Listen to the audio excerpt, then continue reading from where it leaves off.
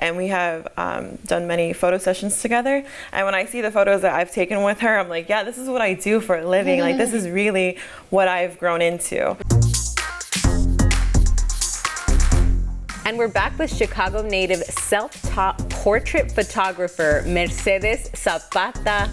Thank you for being here. How are you? Thank you, I'm doing great. I'm excited to be here. How did you start with photography and portrait specifically?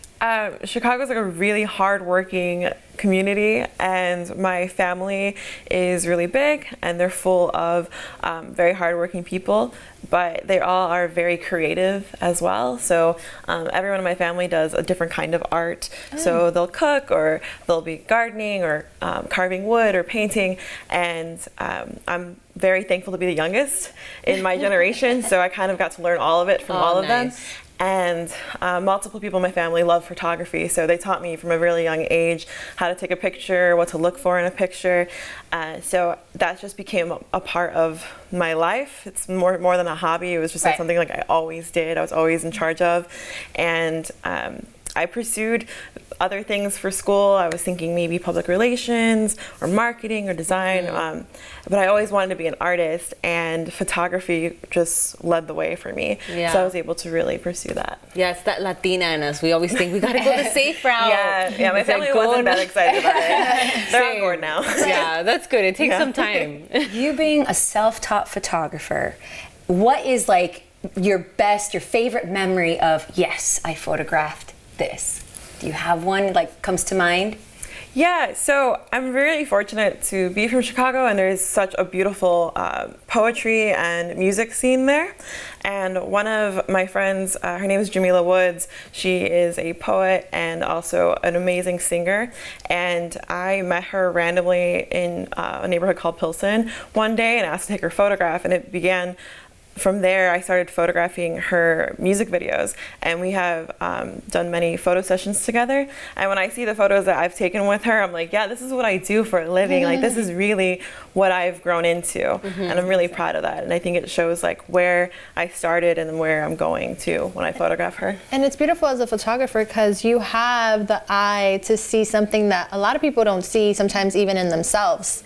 So how does it make you feel with you doing that for your community? I feel really proud to do that because I feel that growing up, the images that we would see of Latinas specifically, or of just like women of color, were really in a box. Like, we were either like hypersexualized or shown that we could only look one certain way. So it was really personal to me to make sure that my images were really diverse and that people always felt safe in their photographs with me, and I'm able to show the world like the multitude that we are. And to really bring those characteristics out of people to feel safe and comfortable and beautiful. So how many people in your community have you now shot, would you say? Quite a bit. Yeah, you have to be known in your community as the it photographer. Yeah, I photographed many artists and musicians, and I moved to LA recently, so I'm starting to meet a bunch of different artists and actors and educators, so I'm excited just to get to know more people here. Who's like a dream person for you to shoot? This is from like a childhood favorite movie, but I would love to photograph like Lucy Liu. I feel like I would just like, like from Charlie's Angels. Yes. From then on, she's been capturing one of my her top freckles. Yeah, like her, like Salma Hayek would be amazing. So that's amazing. And seeing with like Instagram being so about pictures, you know, for somebody watching this that's maybe interested in that, what would you say is like that secret juice to getting a good picture? And not just for Instagram, but a good portrait of themselves or other people. What would you tell that person? I would really focus on how you want to feel in the picture, or how you want another person to feel when they look at the photograph. Really focus on really just the feeling and why you want them to feel that way, and I think the rest will come.